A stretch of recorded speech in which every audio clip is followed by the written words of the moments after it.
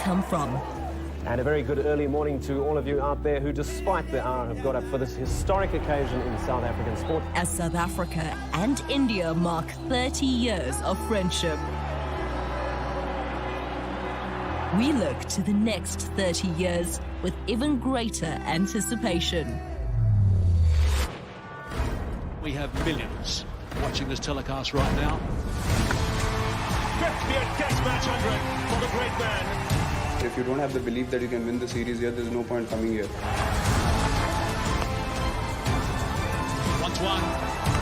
That's him. The finger will go up. And have a look at the celebrations. Everyone, I'm sure, is pumped up about this clash. Watch the Freedom Series from 26 December.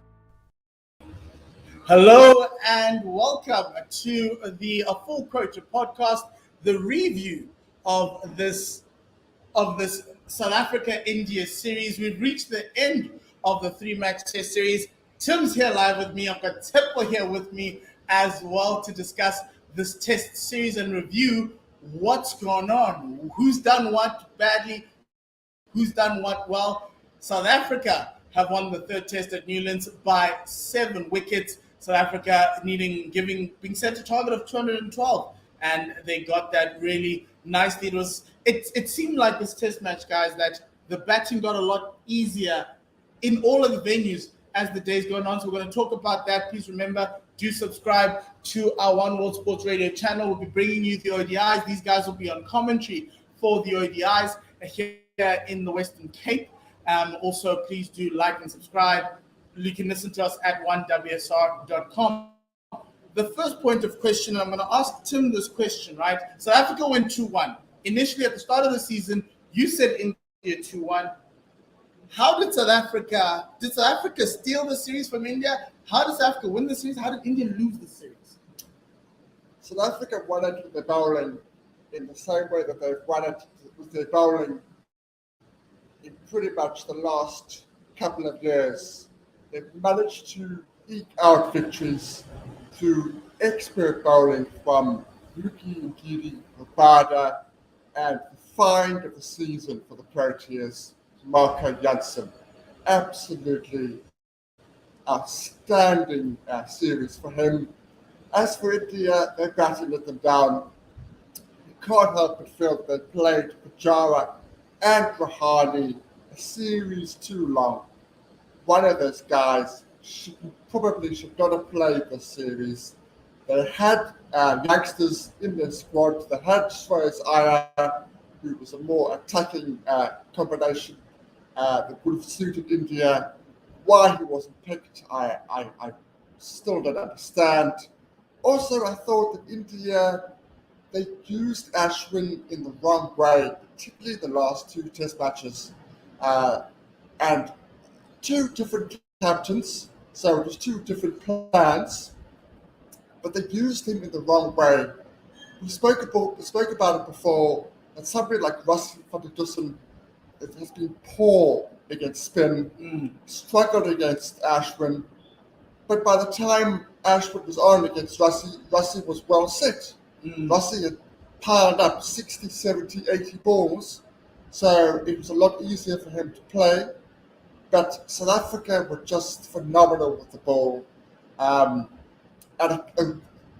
well led by the captain on and off the field by Dean Elgar with the bat. And just overall, I thought his captaincy, there were a few moments I thought he made mistakes. Especially to tail enders. Yes, brought it too short and stuff. But overall, I think it's an A for South Africa and probably a C or D for India. C or D for India. Mpho, I think you're a lot more positive in that it's not necessarily India lost the series, South Africa won it. How did you see the series and how did you see South Africa coming through at the end?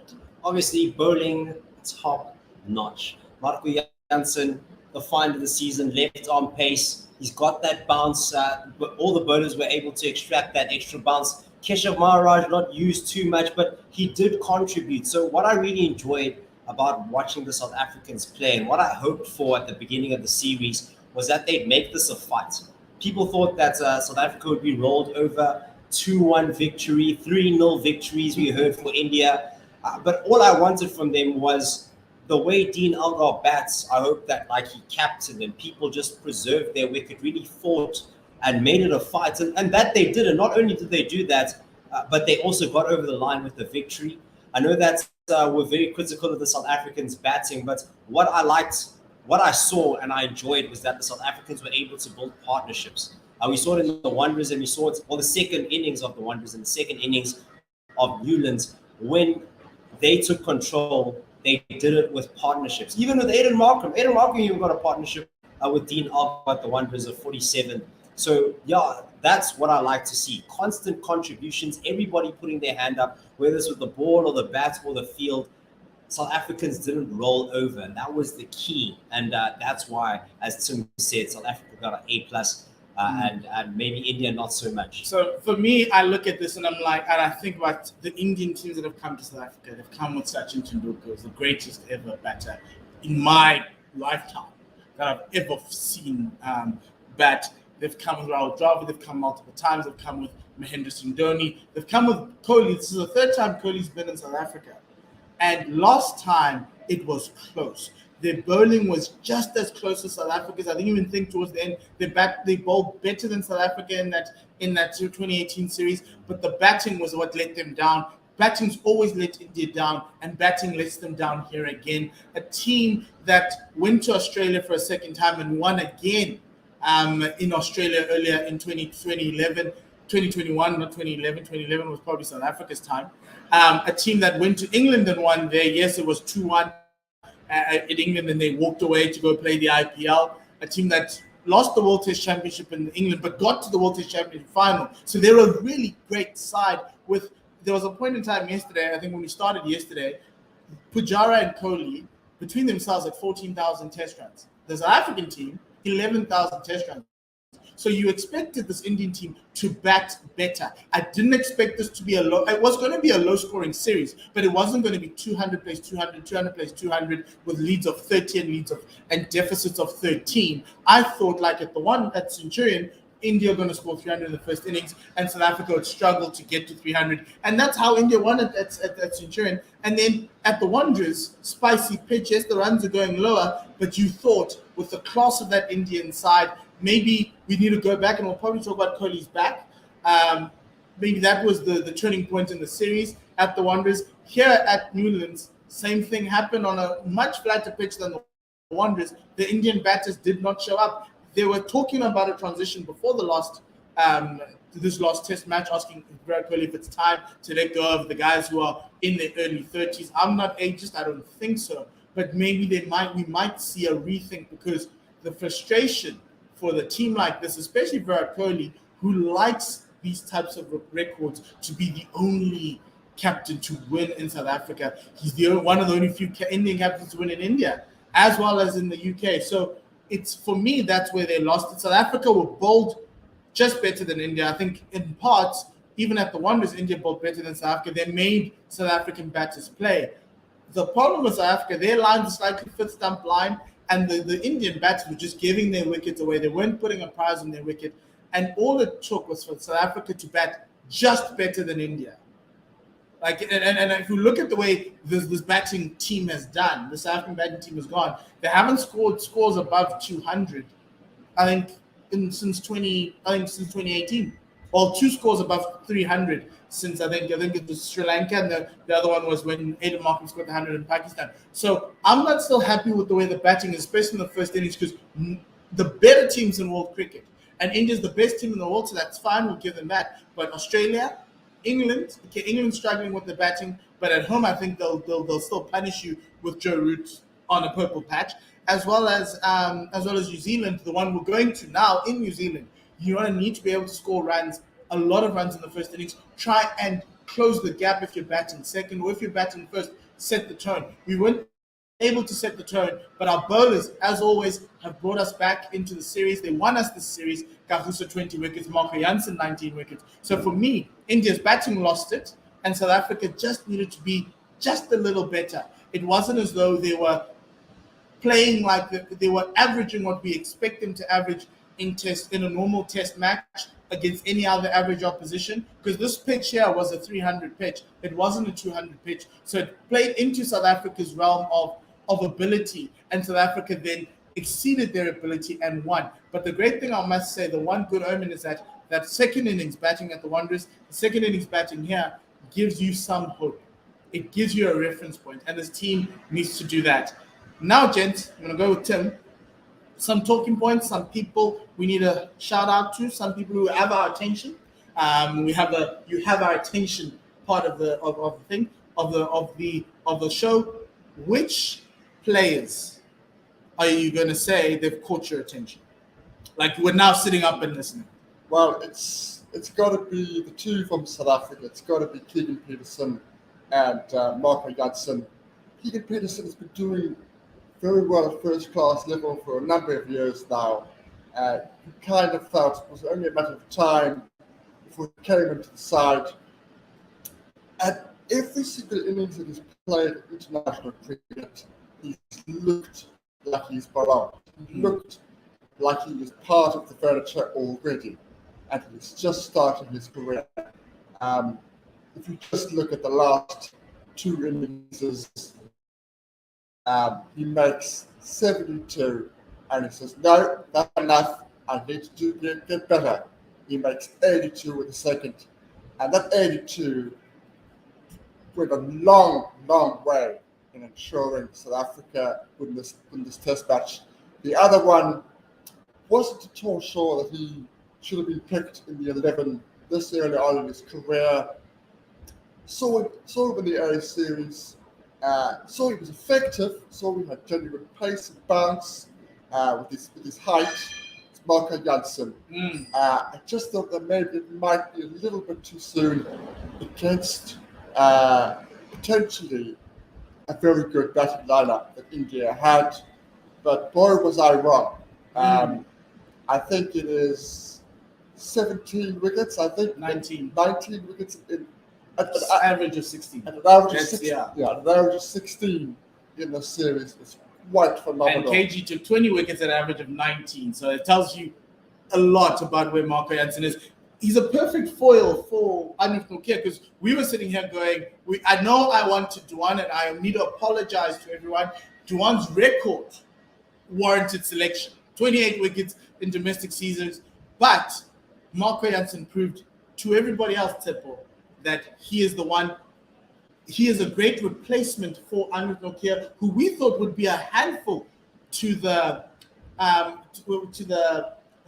Indians. But Marco Jansen coming in, picking up where Mpho left off. But who are the guys who had your attention? Yeah, Same people?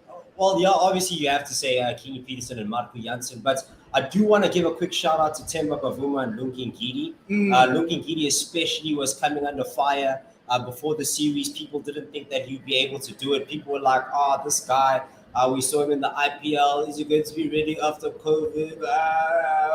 Come to Centurion, only player to take wickets on the first day, and he just kept going. He just kept those out-swinging deliveries to the right-hander. In the last innings here at Newlands, he picked up his weight, and that's what I love to see about like the South African team. Everybody added a little bit something to the team. As much as we're not like the biggest fan of Rassie van der Dussen's batting necessarily, he contributed a valuable 40 at the Wanderers, a valuable 33, 40, well, yes, a valuable amount of runs here. 41 in this final innings. 41 here again. And he might not be flashy, he might not look comfortable, but he got the job done. He's much like my university career. It was ugly, but we got through in the end. And I feel like that's basically the South African team. That's the Proteas this series. Yeah, that's basically South African team. It wasn't pretty, but we passed. Over the line. And that's good to see. Some dogged performances. But yes, Themba Bavuma. Guys. Look at that. John Luke says averaging above 70.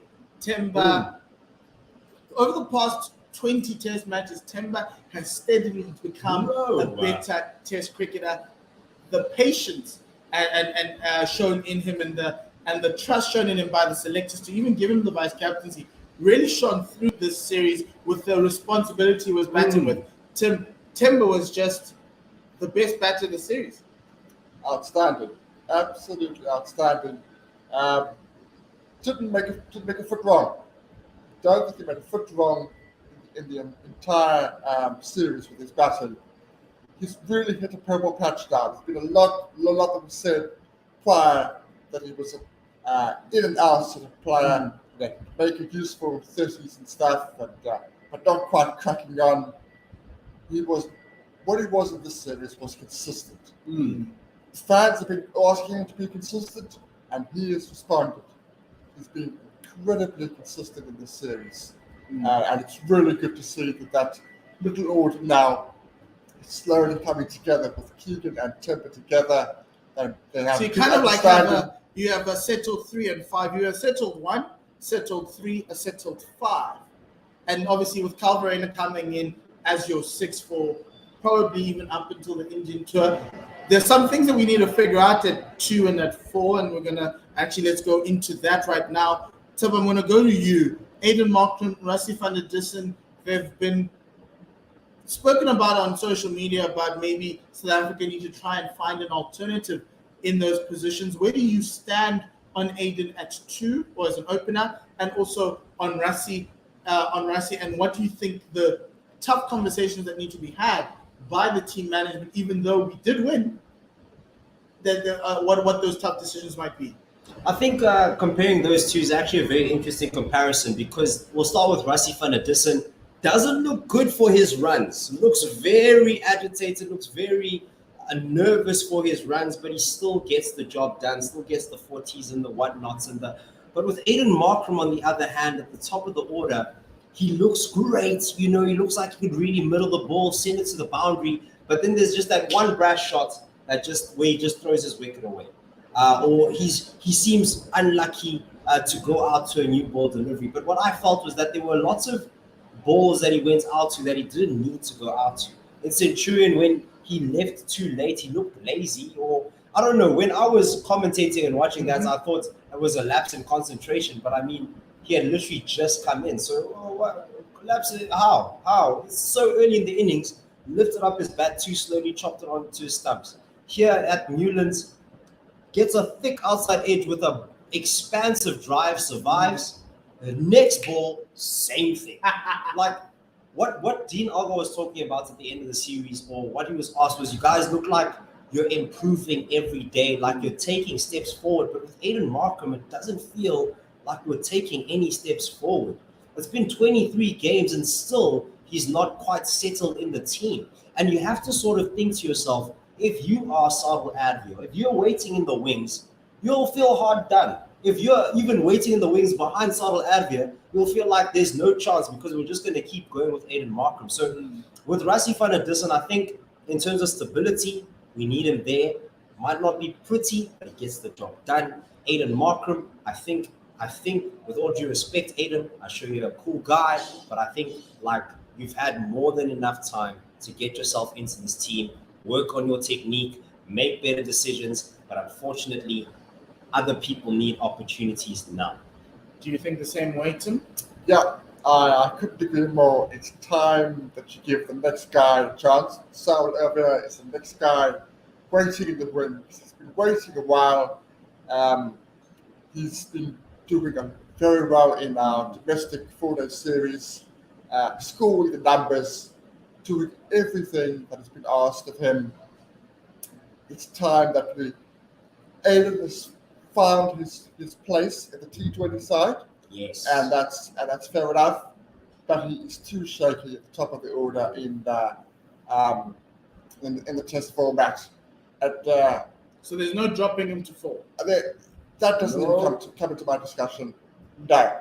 You do not move somebody up and down the order to find a place where he might be successful. Aiden Markram doesn't bat for domestically for the Titans, so you can't really do that. At least with Galliman Malan, he is batting at 4 for the Rocks, so he knows that there's a possibility at 4. Yes. He knows he's there on purpose, he's there deliberately to try and get into that position. You can't say to Aiden, look, because you're the prodigal son, we're desperately going to find a position for you.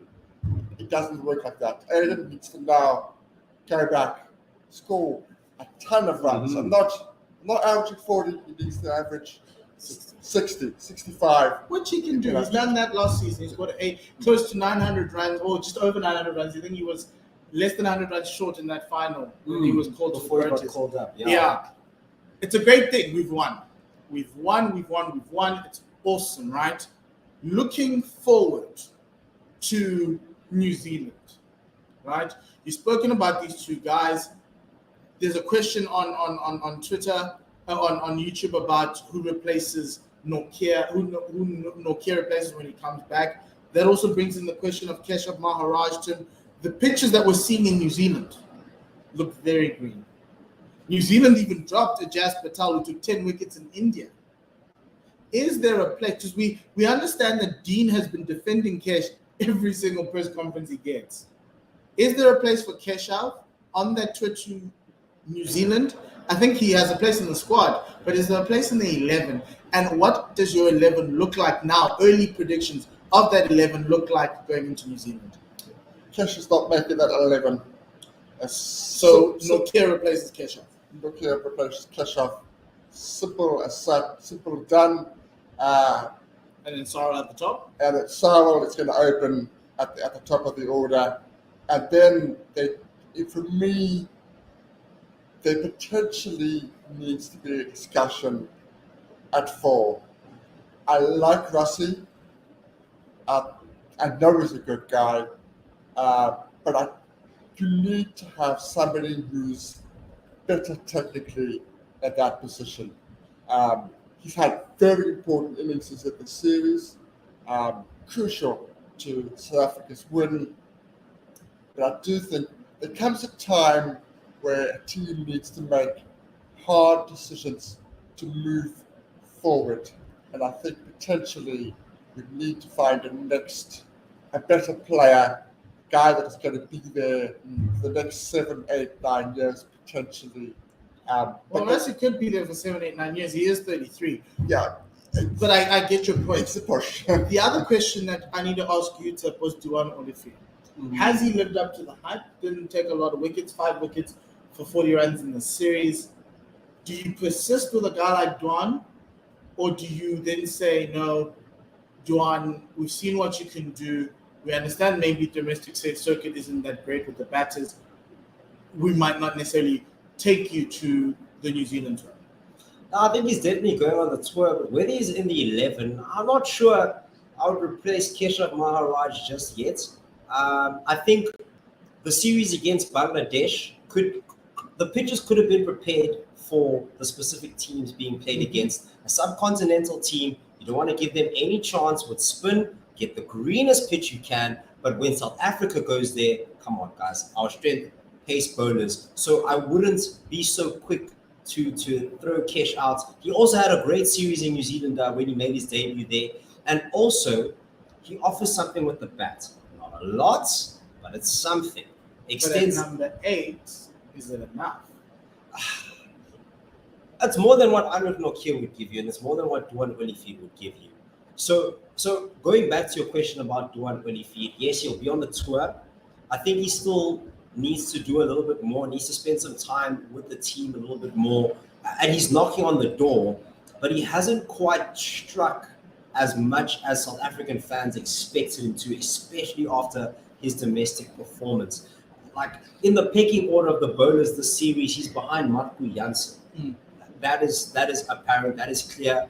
Marco Jansen also offers left hand, so he's probably going to fall out. Him and Vian Mulder are going to have to battle it out, and he'll have to improve his batting to, give him a little bit extra for the selectors. Because if the pitch is green, if the pitch is slow, I mean, maybe bring in Vian Mulder for that change of pace, because you don't just want pace bowler after pace bowler after pace bowler. Sometimes a change of pace on a slow pitch could change the game and change the complexion of the game. So I'm not sure where we stand with Duan Olivier at the moment. He's definitely still in the picture, but he still has a lot of work to do. What I like to see from him is what I like to see from Aiden Markram. If they want to come back into the test side, play more for their cricket, keep going there, keep knocking on the door, and eventually I feel that, they'll get their shots. they'll get their shots as an injury replacement or something like that. As an injury replacement.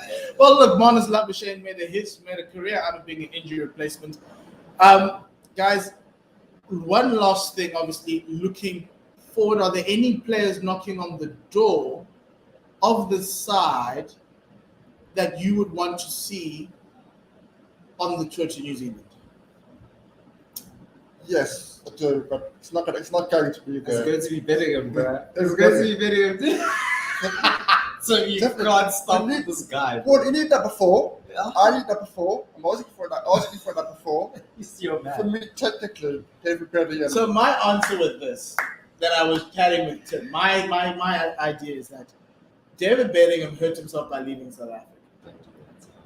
He left too early. He probably should have come in like a little bit long. Like last year, if he played last year, he'd be the one who'd be forcing the tough conversation around Rassie. Yeah. Now you've got guys like Tony DeZorzi, but Tony's an opener now. So do you bat him at 4? Ryan Rickleton's in the squad. He averages 19. He bats at 3, so he can bat at 4 as well. The other question I wanted to ask you guys is Temba Bavuma moving up to 4. We've tried him for like a series, didn't work out. Do you want to try it again? Put him at 4. Maybe Rassie goes down to 5. I like that. Does that work for you? I like that. You say that number 4 needs to be your best batter. And in terms of how he looks, his punches, his drives are looking so clean, much like what we like Aiden Markham for, like those powerful shots. Temba Bavuma has that. He looks so good. And what's also enjoyable about Temba Bavuma in this series as well is that he'd always be at the end of an innings to finish the game. He values his wickets. And if he's just moving up the order just a little bit, he could potentially convert, which is what the fans are crying out for. Temba, we want a century. Maybe give him a little bit more time. And that could potentially happen. Okay. And, he's really been stepping up with the responsibility. So I do like the sound of just moving him up, just the order, just a little bit there. That could be an interesting experiment. And I think it's worth trying. Yeah. Tim, what do you think of that? I think it's working where he is. I understand the argument.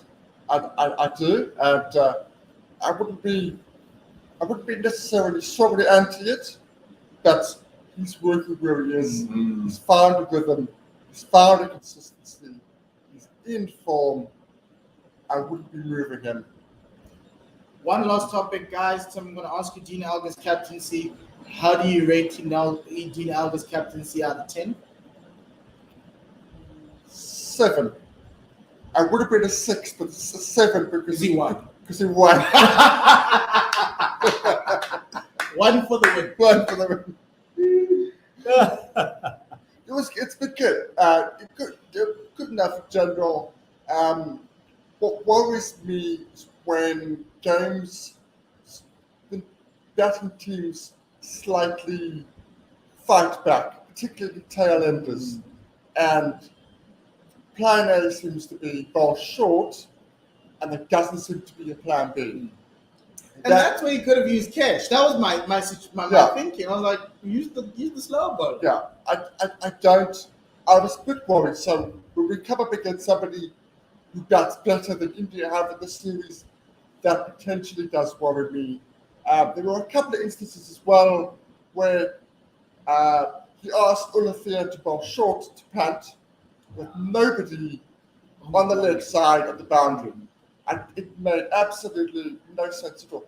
Either Olafia did it on his own bat, which I doubt, or Elgar asked him to do that and forgot to put the field there because a couple of balls later, there was a deep wicket on the boundary. But I like the fact that he is front foot captaincy, i.e. he says what he believes, he says what he thinks. If he's unhappy with somebody, he says it. He makes sure that individual knows that, listen, this is not good enough. You need to back up your ideas.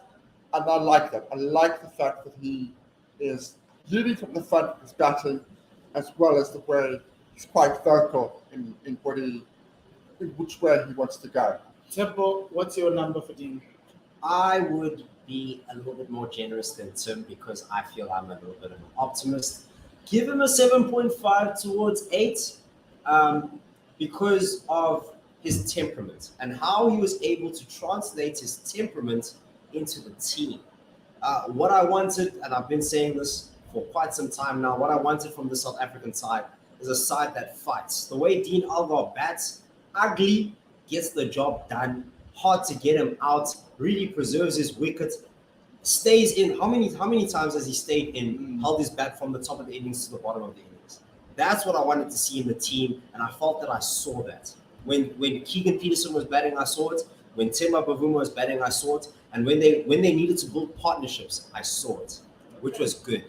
But then a -2 for the lapses in concentration. But also to take that into context of the South African team, still a relatively fresh captain for the South African team. So I feel that he will grow into it. Those types of things, if he just watches the match footage afterwards, which I'm sure he does, he'll be like, should have brought the field in for Rishabh Pant that one time when it was over number Wawa and he was on his century. So there are things that he can iron out, but I don't think that there are like fundamental problems with Dean Algar's captaincy. And I think also, most importantly, once again with the context, he's the captain that South Africa needed now. CSA in turmoil, the South African team with selection, things going up, down, SJN hearings when everything is tense, everything is edgy. You need someone just to be a calm head in the room, an honest head in the room, and he was the best man because he's probably the last person to get dropped. So, yeah, I really enjoyed it. 7.5 to 8. Okay, I'm giving Dean a 7, largely because I do not enjoy watching those open fields to the tail enders at the Wanderers and here. Last question about our visitors, India. Tim, where does India go from here? They need. I'm not sure they're going to, because I think they said that. I think everyone even said it, but there's not necessarily a plan to move forward with the times. But I do think that is what they need to do. They need to have stroke makers, that are not just Virat Kohli in that batting order. So Suez Iyer has got to come in, and he made 100 on debut. Yeah, it's New Zealand, and very, very strange that he wasn't in there. The bowling was good enough. It wasn't, there were patched, there were good enough. Also, I'm not sure what they think of Ashwin, because as I know, standing like a repeat here, but they used him very strangely in the series. I think India were missing Jadeja, who was injured. Yeah, that was a huge thing. They need Jadeja back. That's a huge point. And it gives them a lot of energy in the field. I think India, he's their talisman, even though he's not a fast bowler. Bumrah is off rhythm throughout the entire series, but he picked it up towards the end. There were a couple of spells where you're like, we know who Bumrah is. We can see how dangerous he is. But where to from here for India? Yeah, there's a comment here from John saying, bye-bye Pujara, bye Rahane. It's time for a transition, because right now they're just like holding a place. Yes, they had a decent contribution in a losing cause at the Wanderers, but you don't see them being there for the future. They have tons of test runs to their names, but you'd feel that now is the time to sort of let go of them. They've done well, you served your country well, but it's time for Suresh Iyer, it's time for Hanuma Vihari. He did very well in the SAA India A series. And to open room for those types of players, as you said, Jadeja, you don't realize what you got till it's gone. And that's exactly what they felt here. Just someone to change the complexion of the game. Mohammad Shami did very well as well. So there are people that you can definitely keep in the side to keep the continuity of the team. But some people do need to just make room for other players. Okay, thank you very much, guys. The great thing about this Test Series win is that we've got some very nice World Test Championship points. So that increases the expectation on the South African team. And so the next time we're going to talk Test match cricket will be on the tour to New Zealand when they announce the squad, and we'll be here at the Full Quota podcast. But next week we've got the ODIs. The ODI squad is out. We're going to talk about that closer to the time, maybe early next week. But this was just a review for this Test series. South Africa winning the series 2-1. So congratulations to Mark Boucher. Congratulations to Dinalga, to the team, to the guys at CSA for putting on this series in a COVID bubble. Yes, the fans were allowed, but we managed to get through a lot throughout the series, and now we're just looking towards that ODI series will be live here on onewsr.com. So please do subscribe, hit the like button, hit the notification bell, and let you guys know. At the end of it all, South Africa came out winning, so it's time for everybody to go party and enjoy a Test series victory at home against the top 10 nation. So well done, guys, and thank you very much. Well done to the team that was doing commentary here at One World Sports Radio. It was our first time doing it, and we really do thoroughly enjoy it. We do appreciate your commentary on YouTube. James coming in with a finger there. Hey. So thank you very much, everyone. Have a great day, great afternoon. Enjoy. We'll be back for those ODIs next week. From myself, Mpho, Tim, James in the corner, Tepo, and Tim, Lesale. To know where you are going, you have to know where you come from. And a very good early morning to all.